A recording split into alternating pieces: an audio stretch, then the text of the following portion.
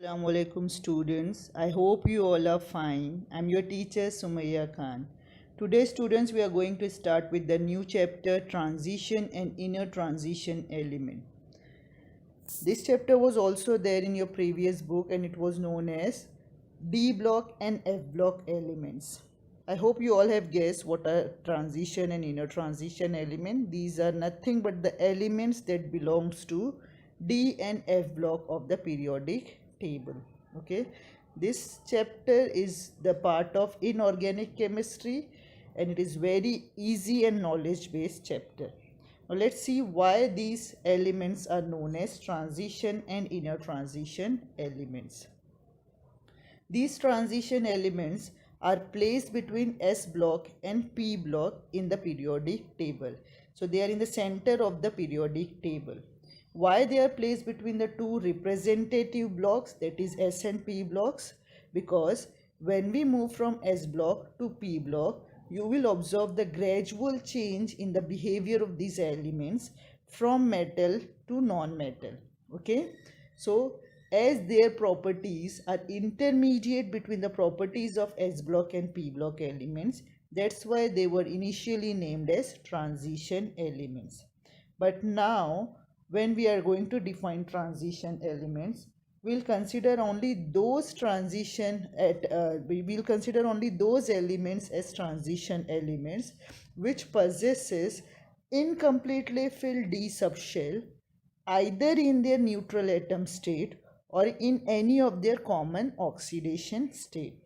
So all those d block, out of all those d block elements, only those are the transition metal or transition elements which contains partially filled d subshell either in their neutral atomic state or in their ionic state.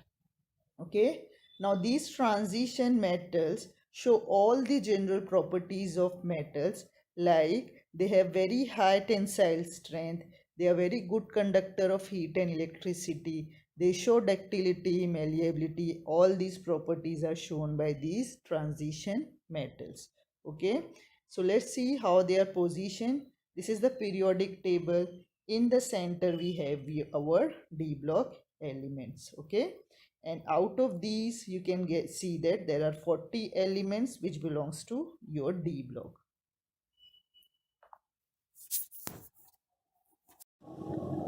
Now students, let's see the position of transition element in periodic table. Students, you all have seen the periodic table. In the periodic table you must have observed that on the left hand side we have what?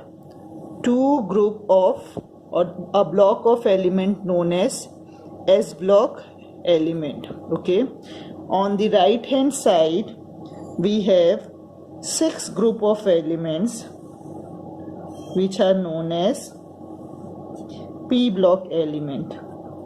Okay, between this S block and P block there is a huge space or large space that is occupied by D block elements which are our transition element. So you will find that there are 4 rows of element, 1, 2, 3, and this one is 4. There are 4 rows of elements are there, and each of these rows contains 10 elements. Okay, so if each of these rows are containing 10 elements, it means that how many groups are there? 1 2 3 4 5 6 7 8 9 and 10. Okay, there are 10 groups and 4 rows of elements which are known as D block elements. Okay, now the first 2 groups belongs to S block element. So group number 3, 4, 5, 6, 7, 8, 9, 10, 11 and 12. These 10 groups belongs to your D block element. Okay, and here we have period number 1, 2 and 3, and then after that period number 4, 5, 6 and 7, these period contains our what? D block elements. Okay, so there are 4 rows and 10 groups that are there in your D block elements.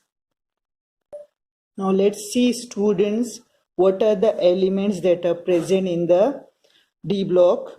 So the first series starts with the element scandium, whose atomic number is 21. Then comes titanium, vanadium, chromium 24, manganese 25, iron 26, cobalt 27, nickel 28, copper 29 and zinc 30.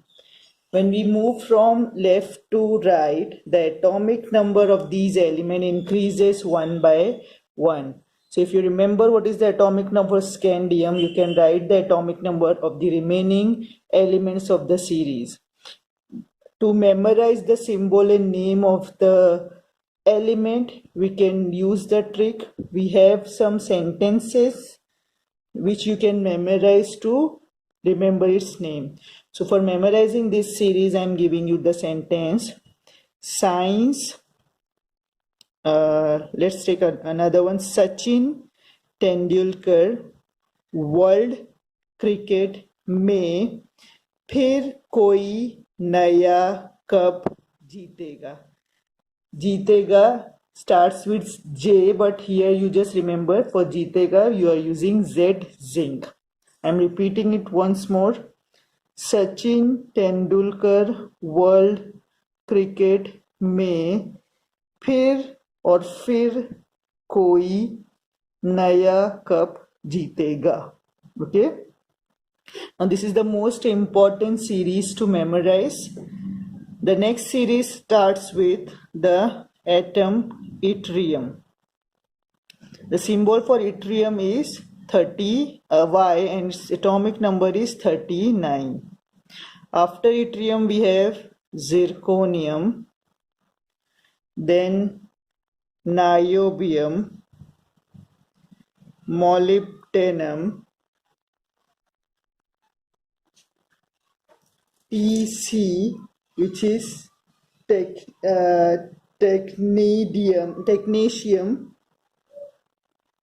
then Ru ruthenium, Rh,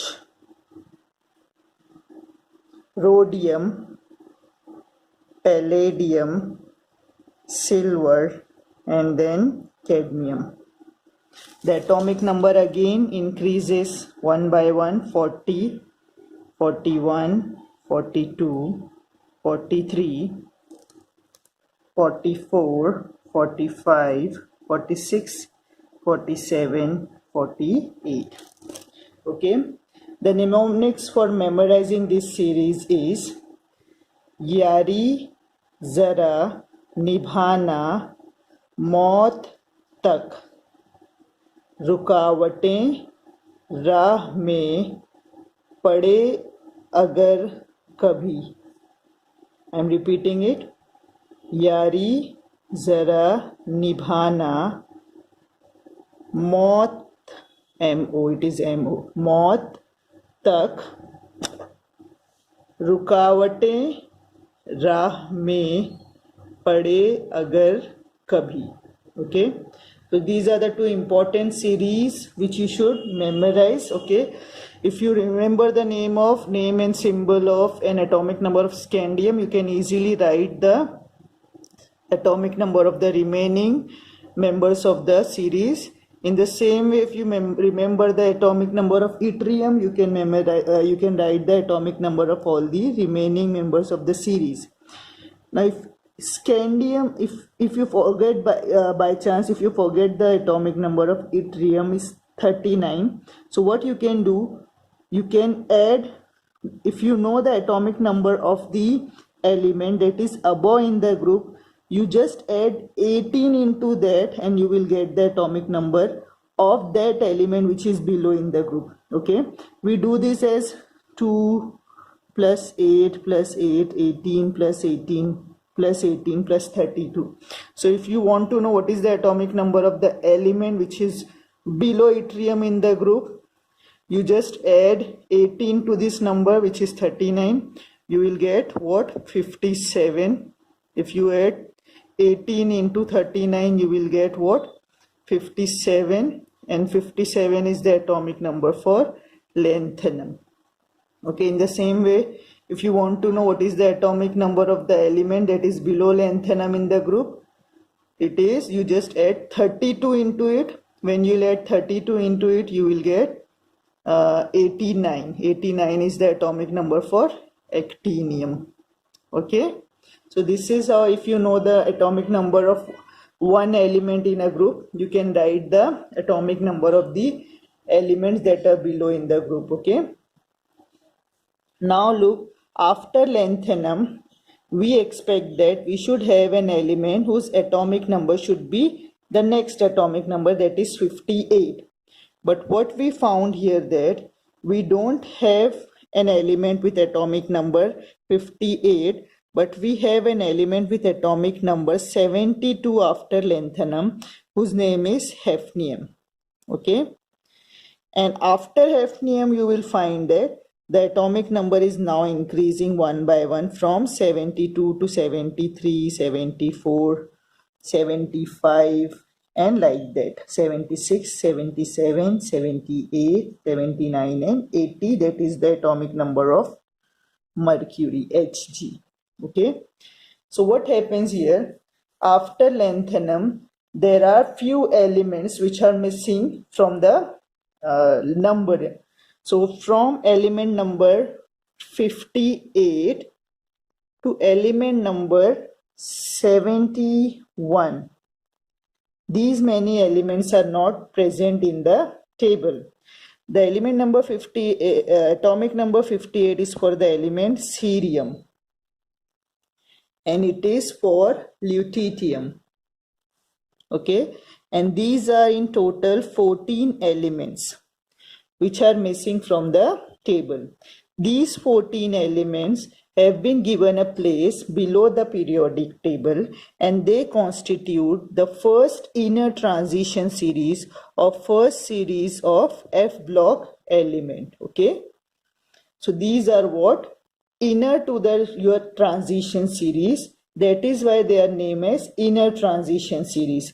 Why they are not placed in D block element? Because in them what happens, the valence electron does not enters into the penultimate D subshell, but it enters into pre-penultimate F subshell.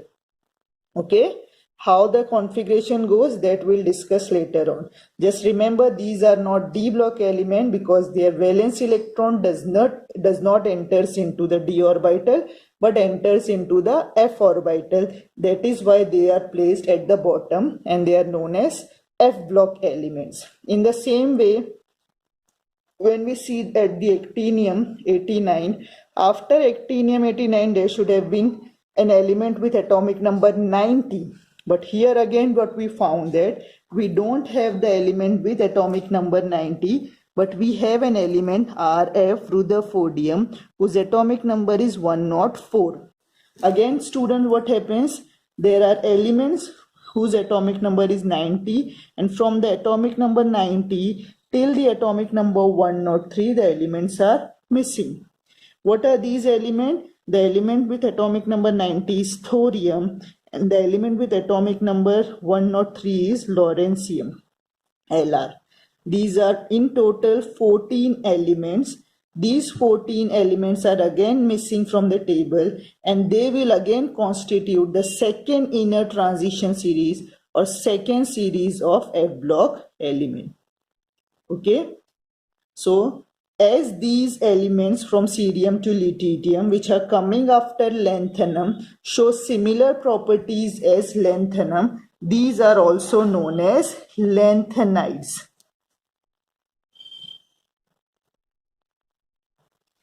and the elements from thorium to lawrencium show similar properties like actinium. Therefore, they are also known as actinides. So you can term them as F-block elements or inner transition elements or lanthanides and actinides. Okay.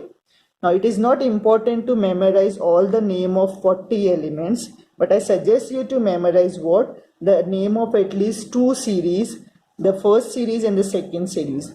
These series are also known as 3D series. The first transition element series is known as 3D series. The second transition element series is known as 4D series. Next one is known as 5D series. Then you have 6D series. Remember, this 3 does not say that this is the third period. This is fourth period, okay? But why it is called as 3D series? Because in this series of the elements, the last electron or the valence electrons in all these elements enters into this 3D subshell, okay? 3 is the number of principal shell and D is the name of your subshell. So in all these 10 elements, you will see that the valence electrons are entering into 3D subshell. Okay, that is why they are also known as 3D series. In the same way, in the second transition series, the valence electron enters into what? 4D subshell. Okay, that is why they are known as 4D series. Likewise, we have 5D series and 6D series. Okay, these 3, 4, 5 and 6 are signifying or representing the number of principal shell in which your d orbital your electrons are entering. So 3, 4 and 5D series are representing that the valence electrons are entering into these subshells. I hope you all have understood. Okay. In this last series from Rutherfordium, the last electron is last element name is copernicium or unbium. Look, generally till previous syllabus we used to write it as UUB, unbium. Okay, so if you are writing this, then also it is correct. The atomic number here is 112. Okay, so these are your D block elements. Now out of all these 40 D block elements, there are 4 elements which are not considered as transition metal. Okay, because look, we have discussed that what are transition metals? The transition metals are the metals which contain incompletely filled d subshell either in their neutral atom state or in their ionic state. But you will find that there are some elements which do not have incompletely filled d orbital in both of those conditions. For example, let's take zinc. Okay, the zinc have 3d10 4s2 configuration. Okay, in its most common oxidation state Zn plus 2 also, the zinc loses the 2 electron and again it has 3d10 4s0 configuration. So zinc either in elemental state or in its most common oxidation or ionic state does not contain incompletely filled d orbital. In both these cases, you will find that d orbitals are completely filled with 10 electrons. So since zinc does not have partially filled d orbital, it is not a transition metal. In the same way, students, we have cadmium, mercury and unbium. These are the 4 elements which do not have that condition of partially filled d orbital. That is why these 4 elements are not considered as transition element, but they are still d block elements. Okay, though they are not transition element because they do not have incompletely filled d orbital in any of their oxidation state or in neutral state, but still they are placed in d block element because their last electrons are entering into d subshell. Therefore they are d block element but not transition elements. Okay, now let's see the electronic configuration of these d block elements. Our first transition series, 3D series, starts with scandium. Scandium, atomic number of scandium is 21. You know, we have learned the off-bow principle, which helps us in filling of the orbital according to the energy level. Okay, so for filling 21 electrons, how we are going to fill this electron in the particular orbitals? So we'll go according to off-bow principle. First we'll fill 1s, then 2s, then 2p, then 3s, then 3p and 4s, and then we will get this to this 3dn like this. Okay, so let's see that how we are going to fill the electrons into the orbital. 1s2, the capacity of s is 2. Then comes 2s, whose capacity is same, 2s2. Then there is 2p. 2p can take how many electrons? 6 electrons. 2p 6. Then comes 3s, again s can take only 2. Then come 3p. 3p can take 6. How many we have filled till now? 18 electrons we have filled. Then before filling this 3d, we are going to what? 4s orbital. 4s will be filled first, 4s2, and then we will come to 4s2. It means how many electrons we have filled? 20 electrons. Then we'll come to 3d orbital, and we are left with only one electron, that is 3d1. This is how we are going to write the electronic configuration of all these transition elements. Okay, now look students, till here how we are filling the electrons. 18 electrons are similar to what? The configuration of your noble gas argon. So in short, you can also write as this configuration as argon 18 and then 4s2 and 3d1. Now students, you can see your last or valence electron is entering into your d subshell. That is why it is transition metal, and it is entering into penultimate d subshell. Now what is the meaning of penultimate d subshell? Look, you have how many shell? Main shell, principal shell, 1, 2, 3 and 4. The fourth is your outermost principal shell. Okay, but your last electron is not entering into your outermost fourth shell, but is entering into your 3d, that is penultimate shell. For example, let's see, when we have any compound, we have in the center we have nucleus, which consists of proton and neutron. Around this nucleus we have what? Different shells or orbitals, which have different capacity. Your first principal shell 1 contains only s orbital with capacity of 2 electrons. Then your second subshell is your 2 principal shell, contains s orbital as well as p orbital. Your third principal shell contains s, p and d.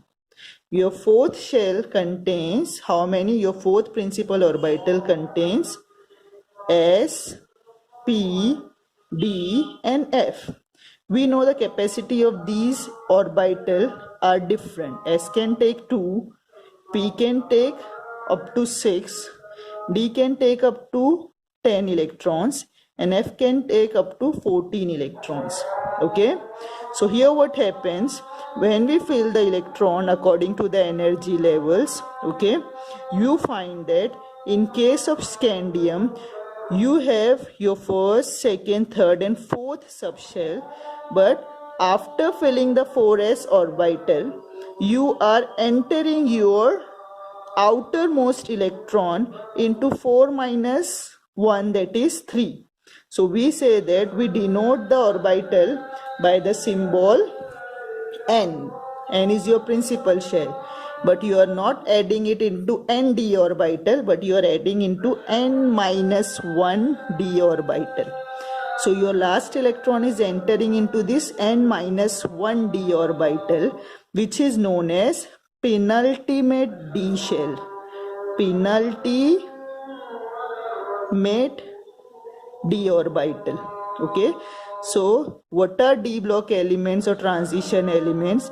These are the elements where the valence electron enters into penultimate d orbital. I hope you have understood the meaning of penultimate. It is inner to or n minus 1 to your last valence orbital, which is principal orbital. Okay, in the same way, students, we can write the electronic configuration of other elements also. So let's take the next one, titanium. Titanium is 22. Its electronic configuration would be, till argon it is 18, then 4s2 20, then 3d2. Okay, then comes your vanadium 23. Again, students, till argon 18 it is same, then 4s2 and then 3d3. Now comes chromium, whose electronic number is 24, atomic number is 24. Its configuration would be argon 18, 4s2, 3d4. That is 20 and 24. This is what we are expecting. Okay, this is how we expect to write, or how we learn to write the electronic configuration. But what we have found that when the electronic configuration of chromium was analyzed, it is found that the expected electronic configuration of chromium is not correct. It actually does not show this electronic configuration, but it shows that electronic configuration where 4s orbital have only one electron and your 3d orbital contains 5 electron. Okay, so we are just looking into the outer electronic configuration. This was the expected configuration.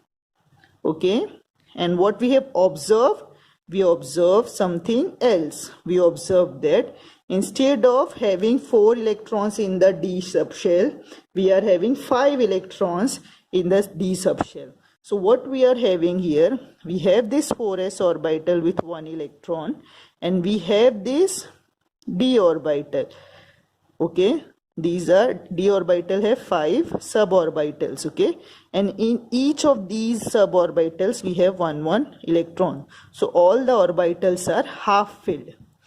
So this half filled state of orbitals provides extra stability to the compound atoms. Okay, the half filled and completely empty states of orbital provides extra stability to the element, and that is why they have this configuration instead of having the expected configuration. Okay, so you may be asked the question that why chromium show this electronic configuration, that is 4s1 3d5 instead of 4s2 3d4.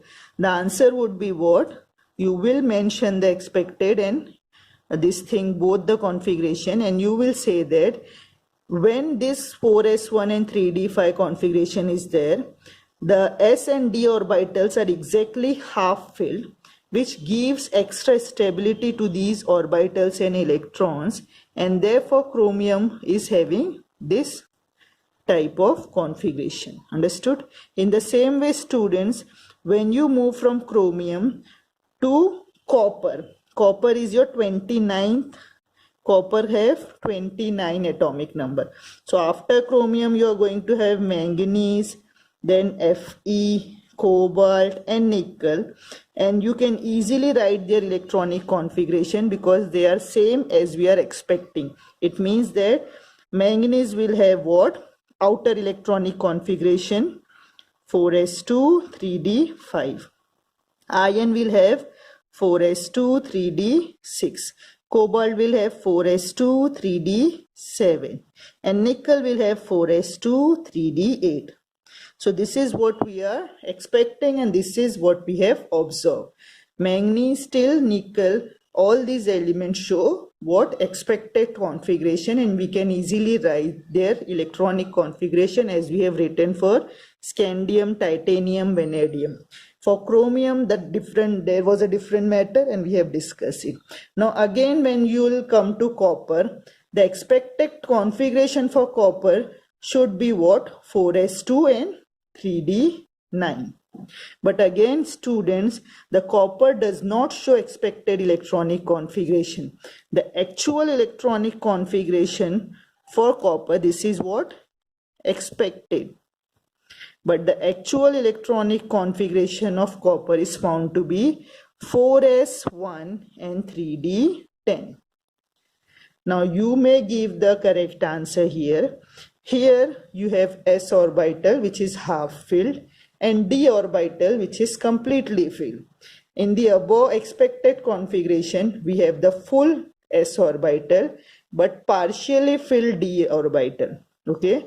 So the second state have what? Both the favorable conditions of orbital and electron, where orbital is half filled, exactly half filled, and d is completely filled. So these conditions gives extra stability to the atom. That is why copper show this configuration instead of showing the above configuration. Okay. The reason for both this chromium and copper is same. The presence of half filled and completely filled orbital provides extra stability and that is why copper show this configuration instead of showing the expected electronic configuration. Zinc will have the same expected electronic configuration, that is 4s2 and 3d10, where both the orbitals are completely filled. Okay.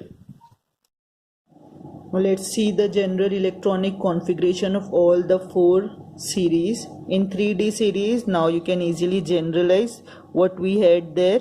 We had common noble gas configuration of element argon. Then we had 4s orbital and 3d orbital. Okay. So 4s in all those cases can have how many electrons? From 1 to 2 electrons. And 3D can have 1 to 10 electrons. In the same way, students, for 4D series, the electronic configuration of element till atomic number 36 would remain same, that is for noble gas krypton 36. Then comes your 5s orbital which may contain from 0 to 2 electrons and your 4D orbital which may have from 1 electron to up to 10 electrons. For the 5D series, we have electronic configuration similar to xenon with atomic number 54. And after that you may have 6s orbital with 0 to 2 electrons and 5D orbital from 1 to 10 electrons. Then your last 6D series will have radon 86. Okay, so till this number, atomic number, you will have the similar configuration as radon. So we will not waste time writing the configuration till 86 electrons. Then comes 7s, it will have 2 electrons, and 6D will have 1 to 10 or electrons. Okay, so if you want to generalize, you can generalize that all the d block elements contains n-1d orbital which may have 1 electron up to 10 electron, and we have ns orbital, your outer orbital, with 2 electrons or 1 to 0 to 2 electrons. Okay, this is how you can write your general electronic configuration of all d block elements. Okay, this is generalize, and this is for 3D, 4D, 5D and 6D series. And out of these students, this is your most important series. Okay, you should remember the name of all the elements with their atomic number, and you should be able to write their configuration with the exceptional cases for chromium and copper. Okay, now let's see the deleted portion for this chapter. Okay, 8.1.1 general introduction part is deleted. Okay, then this, go to page number 169. Okay, and here this table 8.5, the atomic properties of first transition series, these are deleted. Then go to page number 170.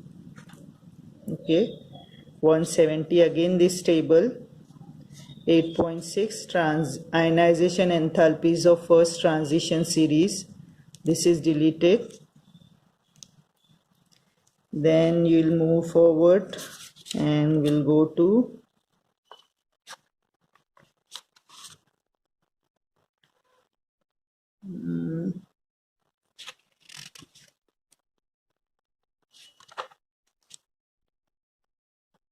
this 8.3, compounds of manganese and chromium. Look students, it is only written there that compounds of manganese and chromium, but here none of the compounds are mentioned, though their preparation and properties are given. So I think what they meant to say, the properties and preparation are omitted, but I have a little confusion what is meant by them. So they have just mentioned 8.3, compounds of manganese and chromium, this is the deleted portion, but they have not mentioned 8.3.1 and 8.4.2. so you do these topics, preparation and properties of chromium and manganese, you please do the preparation of this. Okay, then there is metallurgy, this entire part is deleted on page number 177. And on page number 178, extraction of iron from hematite ore using blast furnace, this is also deleted. Okay, so this page, entire page, page number 179, 180 till here, it is deleted. Okay, then after that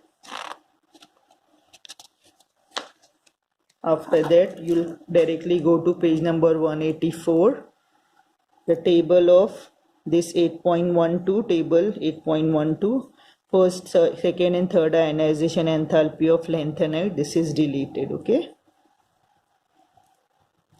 the problem, this problem is also deleted, this problem which is on page 184, this is also deleted. Okay,